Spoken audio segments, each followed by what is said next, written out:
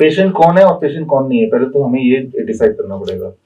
मेरे पास हमारे ऑफिस में ऐसे बहुत सारे मेडिकल रिपोर्ट आते हैं। कल ही की बात है, एक हमारे तो मित्र बन गए हैं भैया जी, इलाहाबाद का है कोई यहाँ पे? इलाहाबाद, आप है ना? इलाहाबाद में भैया जी का बहुत सारे चैरिटेबल हॉस्पिटल हैं, बड़े बड़े हॉस्पिटल। एक अच्छे इंसान है, 50 साल की उम्र है, टीका लगाते हैं, और उन्होंने बहुत ही दुखी दिख रहे थे। तो आके बोला कि मैं बहुत बीमार हूँ। मैं कैसे बीमार हो आप? तो उन्होंने रिपोर्ट दिखाई, ठीक है ना, कैंसर, लिवर सिरोसिस, ऐसे कुछ कुछ लिखा था उसमें। तो मैंने रिपोर्ट को पढ़ा, मैंने कहा कि आपको कोई तकलीफ है? कहा हाँ तकलीफ है। क्या तकलीफ है? लिवर सिरोसिस है, कैंसर है। मैंने कहा आपको कोई डिस्कम्फर्ट है, कुछ वीकनेस है, कोई दर्द है? कहा हाँ बहुत तकलीफ है, लिवर सिरोसिस और कैंसर है। मैंने कहा ये नहीं पूछना, ये तो इसमें देख लिया, आपको क्या दिक्कत है? उन्हें बहुत समय लगा ये समझने में कि मैं पूछना क्या चाह रहा हूँ। मैंने कहा आपके शरीर में जो कोई भी एक दिक्कत हो वो आप बताओ, ना कि रिपोर्ट के अलावा। उनके दिमाग के अंदर घुस गया था कि मुझे लिवर सिरोसिस है और मुझे तो कैंसर है। तो मैंने पूछा कैंसर है तो आपको कैसे पता? रिपोर्ट बताती है। मैंने रिपोर्ट तो एक बार बता दिया। कहा डॉक्टर ने बोला कि हर 2 महीने बाद आके चेक कराते रहना। तो 2 महीने बाद चेक कराते रहते हैं, और हर 2 महीने बाद वो डॉक्टर आपको बताता है, वो डॉक्टर उनको बताता है कि आपका कैंसर और बढ़ गया और बढ़ गया और बढ़ गया, ठीक है ना। तो खैर उनको मैंने समझाया, और यही चीज मैं आपको पहली चीज समझाना चाहता हूँ। ये आप मेरे जाने के बाद भी जब ये खत्म हो जाए तो आप एक दूसरे को भी ये समझाइएगा, report is always secondary. Primary आप बीमार हैं कि नहीं, वो सिर्फ और सिर्फ आपके डिस्कम्फर्ट तय करते हैं। जैसे मान लो अगर मैं आपको बोलता हूँ या कोई पेशेंट बोलता है मुझे सिर में दर्द है, क्या दुनिया की कोई ऐसी टेस्ट है, ब्लड टेस्ट है या स्कैनिंग है जिससे सर दर्द है या नहीं इस पेशेंट को बता सके? नहीं है ना। ये कौन बताएगा? सिर्फ वो पेशेंट ही तो बताएगा ना। या किसी को सर में दर्द है, किसी को पैरों में दर्द है, तो वो पेशेंट ही बताएगा कि मुझे दर्द है, तो ही उसके लिए कोई ब्लड रिपोर्ट से नहीं पता चलेगा। तो अगर पेशेंट, तो मैं ये बोलना चाह रहा हूँ कि ठीक इसी तरह से पहले तो आपको ये पूछना पड़ेगा खुद से या पेशेंट से कि क्या आपको तकलीफ क्या है। तो उससे तय होता है कि आप बीमार हैं या नहीं है, ना कि रिपोर्ट से तय होता है। रिपोर्ट की जो दुनिया है वो दुनिया आप में से कम लोगों ने देखी है, शायद देखी नहीं है, डॉक्टर लोग भी नहीं देखते। एक पैरामीटर दे देते हैं, इससे ऊपर या इससे नीचे हो तो मान, जैसे थायराइड की बात करते हैं, TSH 1 से 6 के बीच में सब कुछ ठीक है, 6 से ज्यादा हो तो उसको बीमार मान लेंगे। ये एक रैंडम पैरामीटर बना के डाल दिया, और ये पैरामीटर हर बार सुगड़ता जाता है, समझ रहे? जितना वो सुगड़ता जाएगा उतना हेल्दी लोग is converted into sick people. ये कैसे पता चलता है? ये इतिहास से पता चलेगा। जैसे मान लो पहले होता था, आज से करीब 1978, उससे पहले कोलेस्ट्रॉल किसी का अगर 300 से ऊपर होगा तो उसको मानेंगे हाई कोलेस्ट्रॉल, फिर उसको 250 कर दिया, फिर उसको 200 कर दिया, लेकिन अब वो 200 हो गया। अभी ऐसा हो गया 200 के अलावा HDL भी एक नई चीज है, LDL भी है जो पहले नहीं होता था, ट्राइग्लिसराइड एक और चीज है। इतने सारे पैरामीटर, एक आप तो ऊपर नीचे हो जाएगा, उसको पकड़ के बोलते हैं आप तो कोलेस्ट्रॉल के पेशेंट हो, आप तो कोलेस्ट्रॉल की दवाई ले लो। तो ये इतिहास देखते, लेकिन ये जो इतिहास है ये मेडिकल जर्नल में तो है, लेकिन ये डॉक्टरों को पढ़ाया नहीं जाता और पेशेंट को पता नहीं। तो डॉक्टर को पता है तो सिर्फ, डॉक्टर को पता तो सिर्फ ये पता है कि ये पैरामीटर के ऊपर होगा। जैसे ब्लड शुगर है, ब्लड शुगर के पेशेंट जितने हम देखते हैं इतना शायद ही भारत में किसी ने देखा होगा जितना डेटा हमारे पास है। तो अगर 250 से नीचे, 250 mg पर डेसीलीटर से नीचे किसी का ब्लड शुगर है तो वो ठीक है, हेल्दी है, बिना किसी दवाई के। इससे ऊपर है तो उसको नीचे लाना है, इसका मतलब डायबिटीज है, लेकिन तब भी नीचे लाना है नेचुरली, ठीक है ना। अगर आप दवाई लेके नीचे लाएंगे तो दवाई लेके जो नीचे लाएंगे तो क्या होगा, धीरे धीरे धीरे धीरे किडनी फेलियर की तरफ बढ़ेंगे। डायबिटीज नहीं बढ़ाना, डायबिटीज दवाई बढ़ा रहे है ना, तो उस तरफ क्यों जाना? तो नेचुरल नीचे लाना। नेचुरल नीचे कैसे लाना है वो आप यहाँ पे सीख रहे हैं। जो डाइट आप ले रहे हैं, ये डाइट कोई भी लेगा तो उनका ब्लड शुगर नीचे आ ही जाता है ना। और अगर नीचे नहीं भी आ रहा है तब भी व्हाट वी से कि दवाई लेंगे तो कुछ फायदा नहीं है एक्सेस। हाँ, एक नंबर नीचे जरूर दिख जाएगा, लेकिन ओवरऑल आपकी life span, quality of life improve होगी? The answer is no. तो पहली चीज कि क्या मैं बीमार हूँ, ठीक है ना, बीमार सभी पड़ते हैं इंक्लूडिंग मी, ठीक है ना। तो बीमार हूँ तो कैसे पता चलता है कि आज मैं बीमार हूँ? मुझे ऐसे पता चलता है कि जिस दिन मुझे लगता है कि काफी कमजोर लग रहा हूँ, वो बहुत कमजोरी है, उठा नहीं जा रहा, बॉडी में दर्द हो रहा है, ठीक है ना, तो इसका मतलब बीमार है। कुछ खाने का मन नहीं कर रहा, एपिटाइट नहीं है, तो मतलब ये बीमार है, जो नॉर्मली नहीं होता अचानक। तो बीमार का डेफिनेशन ये हुआ। अब अगर बीमार है कोई, जैसे कि आप में से कुछ लोग काफी सारे डिस्कम्फर्ट है, वो लंबे समय तक चलेगा तो परमानेंटली बीमार हो गए, तो उस बीमारी से हमें निकलना है। बीमारी से निकलने के बहुत सारे नियम नहीं, 2-3 नियम है, वही नियम यहाँ पर आते हैं। और ये ऐसे नियम है जो आप घर पे भी कर सकते हैं और घर पे ही कर सकते हैं, क्योंकि यहाँ तो रहने की एक लिमिट है। 1 हफ्ता रहेंगे, 10 दिन रहेंगे, 15 दिन रहेंगे, कोई हद से 1 महीना रह लेगा, लेकिन हमें जो हेल्दी रहना वो तो जीवन भर रहना है ना। तो जीवन भर तभी रह सकते हैं जब यही वाला नियम घर पे करेंगे। हाँ, यहाँ आके सीख सकते हैं आप, वैसे भी सीख सकते हैं हमारे वीडियोस देख के, ठीक है ना। हम यही चाहते हैं कि वीडियोस देख के आप सीखें, और ताकि जो बहुत ज्यादा फ्रेजाइल, बहुत ही डेलिकेट कंडीशन में बहुत दिक्कत वाले पेशेंट है वही यहाँ पे आए। बाकी लोग हमारे ऑफिस में जब आता है आपके मेडिकल रिपोर्ट्स, तो ज्यादातर हम बोलते हैं घर पे रह के ठीक हो। घर पे रहना आसान है ठीक होना, क्यों? एक सिंस आप आए हैं, आप में से कुछ लोग उड़ीसा से, कुछ लोग आसाम से, दूर दूर से आए हैं, ठीक है ना। इतने दूर से किसी भी हॉस्पिटल में कम ही लोग आते हैं, नेशनल हॉस्पिटल में आते होंगे, लेकिन एक नॉर्मली एक हॉस्पिटल से एक शहर के ही लोग आते हैं। हमारे यहाँ पे पूरे देश से, विदेश से भी आते हैं, बांग्लादेश, नेपाल, आसपास के देश से आ रहे हैं। एक बात याद रखिए, पेशेंट के जो फैमिली मेंबर है कि पेशेंट ठीक है मान लो, खासतौर पे किडनी पेशेंट, लेकिन जो ट्रैवल होता है ना, उस ट्रैवल में ही इंसान कब और बिगड़ने लगता है। तो पहले तो डिसएडवांटेज ये है कि हम जाके यहाँ पे आके ठीक होंगे, ठीक है ना। इसीलिए हम बोलते हैं कि वहीं पे ठीक हो जहाँ पे, या फिर हमारा हॉस्पिटल वहाँ पे, वो तो है नहीं, हमारे 2-3 हॉस्पिटल है, ठीक है ना। तो जब आप ट्रेवल करेंगे, जैसे मान लो किडनी के पेशेंट आप लोग, आप में जो भी लोग, तो यहाँ ठीक हो गए। लेकिन अब क्या है कि एक बात आप याद रखिए जो कि बहुत ही महत्वपूर्ण है, जैसे मैंने अभी बताया था कि जितना आपके बॉडी में जमा हो रहा है, जो बॉडी यूटिलाइज नहीं कर पा रहा, उसी रफ्तार से उसको निकाल के फेंकना है रोज के रोज, राइट। फेंकना ही फेंकना है। या तो बॉडी खुद फेंकती, जैसे पेशाब के रास्ते, पसीने के रास्ते, जैसे हम सबका होता है, जिनका नहीं होता वो फिर डायलिसिस या दवाइयों के रास्ते। लेकिन यहाँ पे हम क्या कर रहे हैं, उसकी जगह पे hot water immersion therapy, head down tilt therapy कर रहे हैं। अब जब ट्रेवलिंग करके जाएंगे तो एक दिन तो नहीं कर पाएंगे, लेकिन वो एक दिन भी बड़ा भारी पड़ता है, एक दिन ही भारी पड़ता है, लेकिन घर ही इतना दूर है, ठीक है ना। और अगर फ्लाइट से जाएंगे मान लो, तो पैर लटका के जाएंगे, वो भी भारी पड़ता है। पैर लटकाएंगे, नॉर्मली हम बैठते हैं पैर लटका के, कोई दिक्कत नहीं होती, लेकिन वो लोग बैठेंगे तो फिर जमा होने लगता है, ठीक है ना। तो यानी कि उनको इंसान ऐसा करना पड़ेगा, पैर हमेशा उठा के रखें, अगर ट्रेन में जा रहे हैं तो पैर लेट के रहें, इस तरह से। उस दिन खाना ना खाएं, उस दिन बॉडी में कुछ जमेगा तब ना, जब कुछ जाएगा अंदर, एक दिन फास्टिंग पे रहे, ठीक है ना। इस तरह से हमें उनको कि आज के दिन, क्योंकि आज का दिन हमें जाने में लगेगा, तो हम खाना ना खाएं, बहुत ही मिनिमम सा ले लें, ताकि हम बॉडी में जमने का सवाल ही ना हो। ये बड़ा ही ये डेलिकेट सिचुएशन से होते हुए जाते हैं, इसलिए हमें लगता है कि भाई इंसान घर पे ठीक हो जाए तो अच्छा है। घर पे ही ठीक हो तो ठीक है, उसके लिए आपको थोड़ी सी समझ होनी चाहिए। एक डाइट जो आप ले रहे हैं, यहाँ पे जो डाइट ले रहे हैं, ये डाइट सिर्फ एक कोई पर्टिकुलर डिजीज के लिए नहीं है। ये डाइट सिर्फ इतना करता है कि बॉडी के अंदर अगर कहीं पे कोई जख्म हो गया है, कहीं पे कोई एक्सेस चीजें इकट्ठे हो गए हैं, तो ये डाइट उसको हटाता है। डाइट कब हटाता है? डाइट तो न्यूट्रिशन देता है, लेकिन आप दिन में 12 घंटा खाते हैं और 12 घंटा नहीं भी खाते हैं, जब 7 बजे के बाद अगले दिन 7 बजे तक, ये जो 12 घंटा होता है, इस 12 घंटे में what we call as autophagy, ठीक है ना। जहाँ बॉडी को 24 घंटे खाना चाहिए, लेकिन जहाँ पे ट्यूमर बना हुआ है, जहाँ पे कोई जमा हुआ है, एक्सेस कैल्शियम, एक्सेस सोडियम है, बॉडी फिर उसको खाता है। क्यों? क्योंकि वो 12 घंटे खाना नहीं खा रहे हैं। तो जब आप खाना नहीं खा रहे हैं ना, वही वाला टाइम है जब बॉडी हील हो रही है। तो जो ज्यादा बीमार होते हैं कैंसर के फॉर एग्जाम्पल, उनके खाने के टाइम को और घटा देते हैं कि आप सिर्फ 6 ही घंटे खाना खाओ, मतलब 10 बजे से 6 बजे तक खाना खाओ, या 10 बजे से 4 बजे तक खाना खाओ, और बाकी पूरा दिन आप 18 घंटे भूखे रहो, ठीक है ना। वो जो 18 घंटे, दैट इज कॉल्ड ऑटोफेजी। उस 18 घंटे में बॉडी हील हो रही है, उसकी हीलिंग टाइम बढ़ा दिया।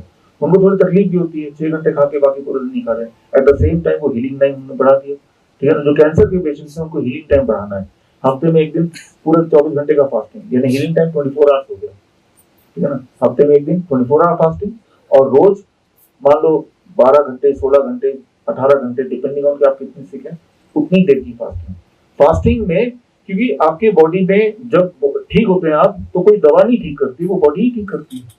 ऐसी कोई दवा बनी नहीं है जिससे कोई पेशेंट का कोई भी इलाज होता है, ठीक होता हो, ठीक है ना। ट्रीटमेंट होता है बट ठीक होता हो, ठीक बॉडी ही करती है। बॉडी कब ठीक करती है? उस वक्त करती है मोस्टली जब आप बॉडी को कोई और काम ना दें, खाने का काम ना दें, ठीक है ना। तो खाने के काम को हमने कम से कम स्क्वीज करना है, ठीक है ना। वो कितना स्क्वीज कर पाएंगे, यहाँ तो एक लिमिट है, जिस टाइम पे देंगे उस वक्त ही खाना पड़ेगा, ठीक है ना। और हमारा किसी 24 घंटे खुलता भी नहीं है, घर पे आप इस चीज को ज्यादा कंट्रोल कर सकते हैं कि मुझे तो सुबह 10 से लेकर 6 बजे के बीच में ही खाना है। घर पे कंट्रोल ज्यादा होगा ना, क्योंकि वहां पे तो आपके हिसाब से दिया जा सकता है। वहां रोज 15 से 16 घंटे बिना खाए रहना है, वही 16 घंटे जो आपको हील करेगा, वही 16 घंटे आपको ठीक करेगा। ठीक है, खाना खूब है लेकिन उसी लिमिट में खाना है, नंबर 1। नंबर 2, खाना वही है जो डाइट यहाँ पे देते हैं, DIP डाइट जिसे बोलते हैं, फ्रूट्स एंड वेजिटेबल 90%। आप जो भी कुछ खा रहे हो उसका 90% क्या फ्रूट्स एंड रॉ वेजिटेबल है। कोई लोग रॉ वेजिटेबल नहीं खा पाते तो उसको थोड़ा स्टीम कर लिया, कोई लोग वो भी नहीं खा पाते तो उसको स्मूदी बना दे। स्मूदी तो समझते हैं आप?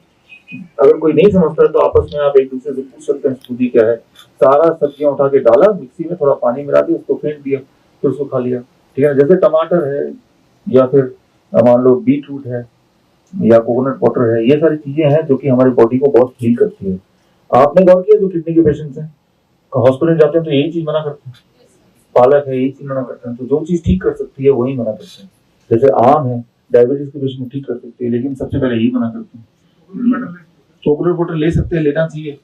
ठीक है ना। अब देखिए एक बात और कि जब आप ये सब कुछ करेंगे तो साथ साथ आपको फिर रिपोर्ट देखते हैं, पोटेशियम बढ़ गया, क्रिएटिनिन बढ़ गया। क्रिएटिनिन से मत घबराइए कभी, ठीक है ना। आप किसी बॉडी बिल्डर का क्रिएटिनिन देखिए, उनका ज्यादा होता है हमेशा। ठीक है ना, बॉडी में जितना मसल बनेगा, मसल का ब्रेकडाउन होगा उतना वही क्रिएटिनिन है, दैट इज, है ना, तो वो ज्यादा बनता है। क्रिएटिनिन कभी कभी खराब भी होता है, राइट, हमेशा नहीं होता, लेकिन और कभी अच्छा भी होता है। तो उसके बेसिस पे हम डिसाइड कर लें कितने पेशेंट है, ऐसा नहीं है।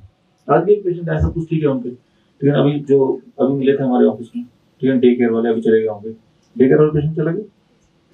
हाँ, तो उनका सब कुछ ठीक है। वो वेस्ट बंगाल से यहाँ क्यों आए? क्योंकि डॉक्टर ने बोला आपका क्रिएटिनिन बढ़ गया, आप तो भाई डायलिसिस में जाओ या तो मरने वाले हो। Creatinine is not a factor, वो इंपॉर्टेंट नहीं है, लेकिन क्रिएटिनिन बढ़ गया और साथ में उसको दिक्कत भी है। दिक्कत मतलब उसकी स्वेलिंग भी है, उसको इचिंग भी है, उसको उल्टियां भी आ रही हैं, बहुत ज्यादा कमजोर भी है, सांसें भी नहीं ले पा रहा। अब दिक्कत है। सिर्फ अकेला क्रिएटिनिन बढ़ना दिक्कत नहीं है, क्रिएटिनिन के साथ ये फैक्टर भी है। अगर ये फैक्टर और क्रिएटिनिन ठीक है तब भी दिक्कत है। मतलब सिम्टम को देखना है, जैसे आप यहाँ पे हैं, हर दिन के सिम्टम को देखना है। कल मेरी जो हालत थी, आज उसकी स्वेलिंग के मामले में, हमारी एनर्जी लेवल के मामले में पहले से बेटर है कि नहीं। एक बात और, जो लोग हॉट वाटर इमर्शन थेरेपी करते हैं, हॉट वाटर इमर्शन थेरेपी क्या है? जैसे आप मान लो एक्सरसाइज करेंगे, एक्सरसाइज करने के बाद थकान ज्यादा होगी या कम होगी? तुरंत बाद ज्यादा होगी ना, लेकिन हमें पता है कि वो थोड़ा रेस्ट करने में ठीक हो जाएगी, वो पॉजिटिव थकान है ना, लेकिन थकान तो होगी। ठीक इसी तरह से हॉट वाटर इमर्शन में जब आप बैठते हैं तो आपका जो हार्ट है वो एग्जैक्टली वैसे ही काम करता है जैसा तब काम करता है जब आप जिम में जाते हैं। उस वक्त आप एक एक्सपेरिमेंट कर सकते हैं। आप जब बैठेंगे पल्स लीजिए अपना, 1 मिनट में कितनी बार है लिख लीजिए, और हॉट वाटर थेरेपी में बैठते हुए हर आधे घंटे में आप पल्स दीजिए। हॉट वाटर इमर्शन में जब बैठेंगे तो पल्स रेट ये बढ़ जाएगा, ठीक वैसे जैसे जब दौड़ते हैं तब क्या होता है, राइट, तो टेम्पररी बढ़ेगा। तो यानी कि hot water immersion is equal to gym. Gym जाने के लिए बॉडी हिलाते हैं तो हार्ट बीट बढ़ता है। यहाँ की बॉडी को हिलाने का जो काम है वो पानी कर रहा है, राइट, बॉडी को पानी हॉट वाटर कर रहा है, और उसी से जो प्रेशर क्रिएट हो रहा है, उसी से बॉडी में सारा केमिकल चेंजेस हो रहे हैं, जिसकी वजह से जो चीज आपकी बॉडी को नहीं चाहिए, हमें नहीं पता आपकी बॉडी में पोटेशियम ज्यादा है कि सोडियम ज्यादा है कि कैल्शियम ज्यादा है, क्रिएटिनिन ज्यादा है कि यूरिया ज्यादा है कि यूरिक एसिड ज्यादा है या शुगर ज्यादा है, हमें नहीं पता, आपको भी नहीं पता। आपको पता है कुछ तो ज्यादा है क्योंकि बॉडी में तकलीफ हो रही है। आपने आंख बंद करके वहां बैठ गए, अब जब बैठ गए जो भी चीज ज्यादा है बॉडी उसको पानी में मिला देती है, आपको पसीने आते हैं और वो यहाँ से नीचे भी पसीने आ रहे हैं लेकिन वो पानी में ही मिल जा रहा है ना, तो वो पता नहीं चल रहा है। तो बॉडी ने आपके बॉडी में जितनी भी एक्स्ट्रा चीज थी जो आपको तंग कर रही थी उसको निकाल दिया, और जब ये लगातार निकालते रहेंगे एक दिन आएगा कि आपके बॉडी में एक्स्ट्रा जो अनवांटेड है, जिसकी जरूरत थी, वो होगी ही नहीं, तो आप ठीक हो गए। और रोज ही निकाल रहे, रोज ठीक होते जा रहे हैं, ठीक है ना। लेकिन एक बात याद ये भी रखना पड़ेगा, एक बैलेंस की बात कर रहा हूँ कि जिम अच्छा होता है कि खराब होता है, दौड़ना अच्छा होता है कि खराब होता है? बोले कि अच्छा होता है, लेकिन दौड़ने के लिए भी एक शक्ति चाहिए होती है, और वो शक्ति अगर नहीं हो फिर भी किसी को, अगर मान लो किसी को कमजोर है, दौड़ना अच्छा होता है कि खराब होता है? अच्छा होता है। एक कमजोर इंसान को लिया और उसको जबरदस्ती हमने वहां बिठा दिया वो ट्रेडमिल में, तो क्या होगा? उसको दिक्कत आएगी क्योंकि उसकी बॉडी उस ट्रेडमिल की स्पीड को मैच नहीं कर पाएगी। तो कभी कभी जब हॉट वाटर मशीन में बैठेंगे कुछ लोगों के लिए आप थकने लगेंगे, ब्रेथलेसनेस होने लगेगा, वीकनेस आने लगेगी कुछ लोगों के लिए, तो समझ लीजिए कि आपकी बॉडी को इतना ही जरूरत है, उठ जाइए वहां से, ठीक है। लेकिन 2 घंटे तो करने हैं, हमें तो 15 मिनट में लग रहा है, इस मतलब मल्टीपल टाइम जाके करना पड़ेगा। जब पहले दिन ही 2 घंटे करने हैं, चलो आज 1 घंटा कर लिया, वो भी आधा आधा घंटा करके 2 बार में कर लिया, अगले दिन 1.5 घंटा कर लिया। इस तरह से बढ़ाना बढ़ाना भी जरूरी है, क्योंकि बॉडी में एक्स्ट्रा चीज निकालना भी तो है, और वो डायलिसिस से नहीं निकाल सकते। डायलिसिस जो है ये एक खतरनाक तरीका है। डायलिसिस में जो आंकड़े हैं वो ये है, आपको सच्चाई पता होना चाहिए ताकि आप चूज करें करेक्टली। डायलिसिस में 20% पेशेंट की डेथ होती है हर साल। जैसे आज डॉक्टर ने बोला इन 10 को डायलिसिस करना है, आज के 1 साल बाद वो 10 में से 8 ही रह जाएंगे, 2 तो डेथ हो गई, अगले साल फिर 8 ही रह जाएंगे। यानी कि 5 साल में जितने लोग थे वो एक करके they die, not because of the kidney disease itself, because of the complication of dialysis. इसीलिए हमें लगता है कि डायलिसिस से बचना चाहिए। अब आपको चॉइस ही क्या है, चॉइस है जो आप यहाँ पे कर रहे हैं, लेकिन इसकी सिंसेरिटी की भी लेवल है। आज हमने जो स्टडी आपके सामने शेयर किया, वो स्टडी विश्वरूप.com/grad स्टडी में जाके वो पढ़ सकते हैं, जो यूनिवर्सिटी ने किया हमारे थेरेपी पे। रेसिपी बुक हमारा आपके पास है? हाँ है ना, तो हाँ, तो वो जिनको चाहे उन्हें पीडीएफ हम दे सकते हैं। वो भी पेशेंट्स की डिमांड के बाद हमें लगा, या हम कोई भी चीज़ जब करते हैं तो पहले सोचते हैं हम खुद तो करके देखें।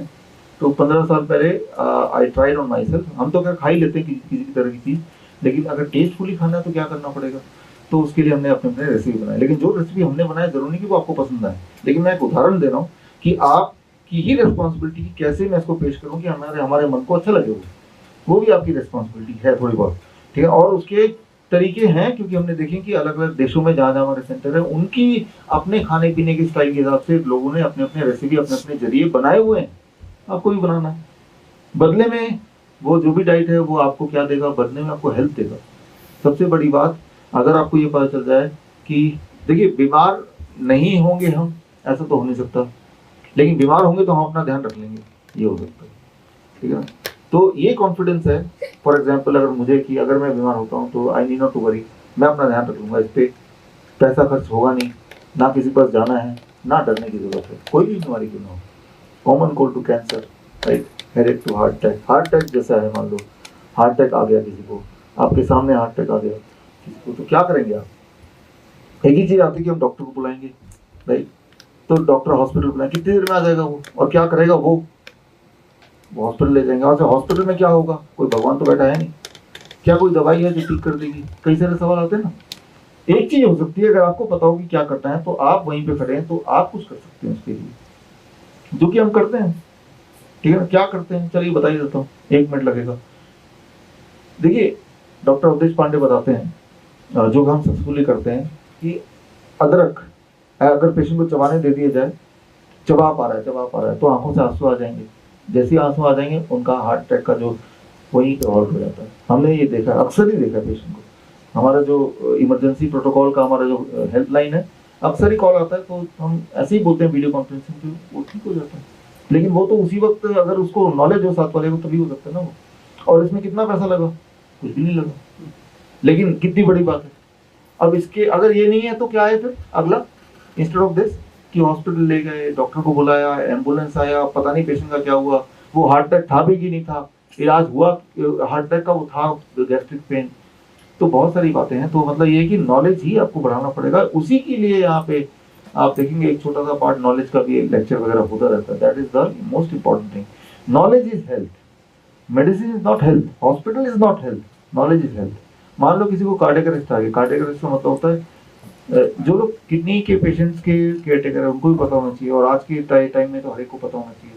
आप देखते होंगे आजकल अचानक इंसान, खबर आती है वो तो रहा नहीं, कल तक तो ठीक था, अचानक लोग मरने लगे, सडन कार्डियक अरेस्ट, अचानक डेथ होने की जो फ्रीक्वेंसी बढ़ गई है अभी पिछले 1 साल में वैक्सीन के आने के बाद से, ठीक है ना। ये मेडिकल लिटरेचर में तो है ही है, और वैसे भी हम अपने ऑब्जर्व करते हैं अपने आसपास की वो ठीक थे, अचानक नहीं। इट्स कॉल्ड कार्डियक अरेस्ट, अचानक मर जाना, सब कुछ ठीक है, अचानक हार्ट बीट खत्म हो गया, ब्रीदिंग खत्म हो गई, ये 2 चीज खत्म हो गया तो इसका मतलब ही इज डेड, राइट। तो अच्छा किसी को अगर हार्ट कार्डियक अरेस्ट आ गया कि मर गया, तो व्हाट यू विल डू? तो आपको सिर्फ एक ही चीज पता है कि हमें तो हॉस्पिटल ले जाना है, लेकिन किसी के मरने के भी 4 मिनट से 10 मिनट के अंदर आपके हाथ में है कि आप उसको वापस जिंदा कर सकते हो, ठीक है। जो पहले 4 मिनट है उसे कार्डियक अरेस्ट बोलते हैं, ना कि डेथ बोलते हैं। एक्चुअली वो डेथ ही है, डेथ को ही कार्डियक अरेस्ट, दोनों इंटरचेंजेबल है। कार्डियक अरेस्ट का मतलब डेथ, डेथ का मतलब कार्डियक अरेस्ट। या यूं मानो simply, death in next 10 minutes it becomes death permanent. पहले डेथ टेम्पररी होती है, 10 मिनट तक आपने कुछ किया नहीं तो डेथ परमानेंट हो गई, है ना। कोई जब मरता है तो मरा हुआ है तो पहला 10 मिनट जो है उसको बोलते हैं cardiac arrest, death is temporary. लेकिन उस 10 मिनट में आपने कुछ किया ही उसके लिए, डेथ बिकम परमानेंट, उसे बोलेंगे डेथ। क्लियर है, राइट। तो क्या 10 मिनट में आप फोन करके एम्बुलेंस बुला के ये सब से कुछ हो सकता है? हो ही नहीं सकता, पूरे पृथ्वी में कहीं भी नहीं हो सकता। लेकिन वो 10 मिनट वेस्ट जरूर हो सकता है, वो 10 मिनट खराब जरूर हो सकता है। Are you getting the point? वो 10 मिनट वेस्ट कर दिया आपने। अच्छा, वो 10 मिनट में करें क्या? ठीक है ना। वो मान लो आपके पास 3-4 लोग हैं, एक बेशक हॉस्पिटल को फोन कर रहा है, फोन बुला रहा है, लेकिन बाकी लोग तो खाली है ना।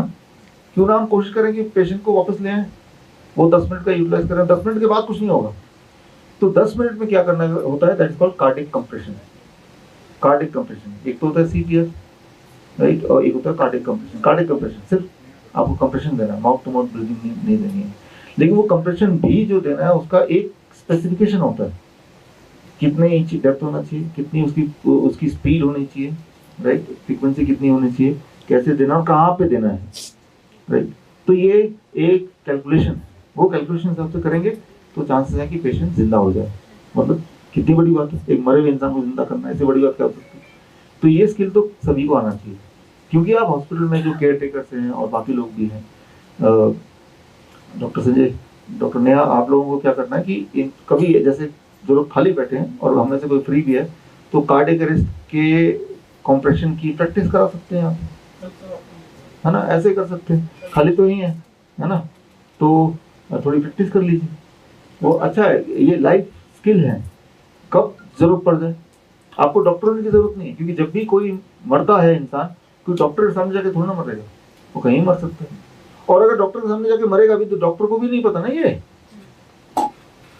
डॉक्टर को भी नहीं पता। किसी भी डॉक्टर को बोलेंगे अच्छा करके दिखाइए, नहीं पता उसको, बोल तो देगा जवानी, अच्छा करके दिखाएंगे तो नहीं पता। अच्छा किसी से पूछिए कि कार्डियक कंप्रेशन जो है आप लगातार कितनी देर कर सकते हैं, तो वो वही बता सकता है जो कि खुद करके देखा हो।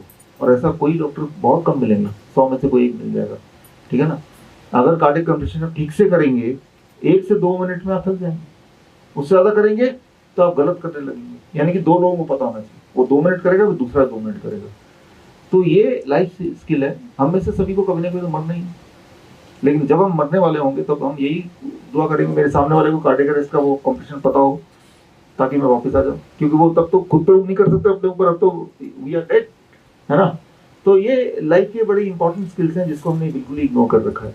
यहाँ पे हमारे सारे स्टाफ को आता है, जरूरत भी पड़ती है कभी, राइट, क्योंकि मर तो कभी भी कोई भी सकता है कहीं पे भी, है ना। तो ये सब चीजें आपको सीखनी है। ये आप तभी, इसका नाम है hospital and institute of integrated medical science. Institute भी है, ये हॉस्पिटल ही नहीं है, ये ट्रेनिंग सेंटर ही है। क्योंकि हमारी कोशिश सिर्फ ये नहीं कि जो इलाज के लिए आए वो आपका इलाज हो जाए, हमारी कोशिश ये है, किसी भी हॉस्पिटल जाते हैं तो वो किडनी का अलग डिपार्टमेंट है, डायबिटीज है तो अलग जगह है, राइट, हर चीज़ की अलग दवाइयाँ, हर चीज़ का अलग डिपार्टमेंट्स हैं। यहाँ पे हम एज ए पेशेंट देखते हैं इंसान, उनके सारे जो प्रॉब्लम उनको एक साथ सॉल्व करना है ना। और अभी के लिए नहीं, आगे के लिए भी, कि दोबारा कभी वो सेम चीज़ हो जाए तो आप खुद ही कर पाएँ, वो ट्रेनिंग भी देनी है, ठीक है। तो तभी जाके आप उसको हेल्थ को कर सकते हैं। तो हर चीज़, जैसे मान लो आप एक एक्सपेरिमेंट करना, मान लो किसी को फीवर हो गया, वायरल फीवर, जैसे कोविड बोलते हैं आजकल, पहले खांसी जुकाम बोला करते थे इसी चीज़ को। तो ऐसे में यहाँ अगर किसी को हो जाता तो हम क्या करते हैं, क्योंकि हमारे पास तो आप आए ही हैं, कोई 5 दिन के लिए, कोई 7 दिन के लिए, उसमें अगर किसी को फीवर हो गया, मतलब फ्लू हो गया, तो 3-4 दिन तो ऐसे ही वेस्ट हो जाएंगे।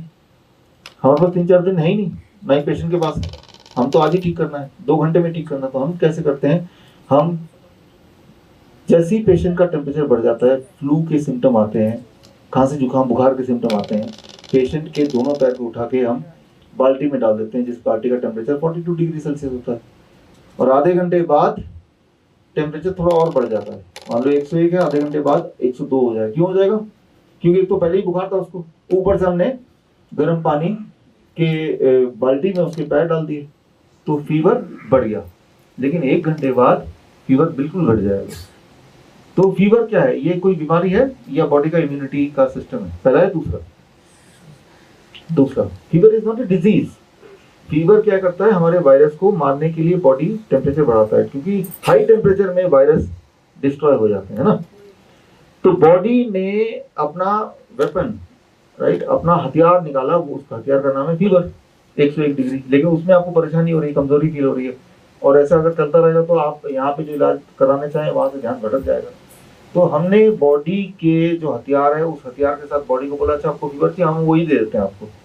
पैर जैसे ही डाले तो वो बॉडी को हमने हथियार का एक और सहारा दे दिया, टेम्परेचर थोड़ा और बढ़ाया बॉडी ने उस पानी से, और वो वायरस को एकदम खत्म कर दिया। अब वायरस चला ही गया, फिर 1 घंटे बाद, आधे घंटे के लिए फिर कर दिया। तो जो बीमारी से लोग हफ्तों बीमार रहते हैं, वही 2 घंटे में ठीक हो गए। Within 2 hours the patient is cured, है ना। तो ये लाइफ स्किल्स हैं जो आपको यहाँ पे सीखना है। आप भी बाकी पेशेंट को मिलते हैं, देखते हैं, दूसरे से पूछिए हम क्या किया, किसी को फीवर हो गया तो क्या किया, किसी को ब्लड प्रेशर हाई हो गया तो क्या किया। ब्लड प्रेशर भी होगा हाई तो ये नीचे हो जाएगा। ब्लड प्रेशर किसी का हाई होगा ना, जो मैंने अभी बताया वो करेंगे तो नीचे हो जाएगा। दिन में 3 बार कीजिए और ऐसा 7 दिन तक कीजिए, फिर ब्लड प्रेशर परमानेंटली नॉर्मल आ जाएगा। अगर कोई बड़ी प्रॉब्लम नहीं, बड़ी प्रॉब्लम तो किडनी प्रॉब्लम बड़ी प्रॉब्लम होती है, बड़ी प्रॉब्लम में बाथटब है।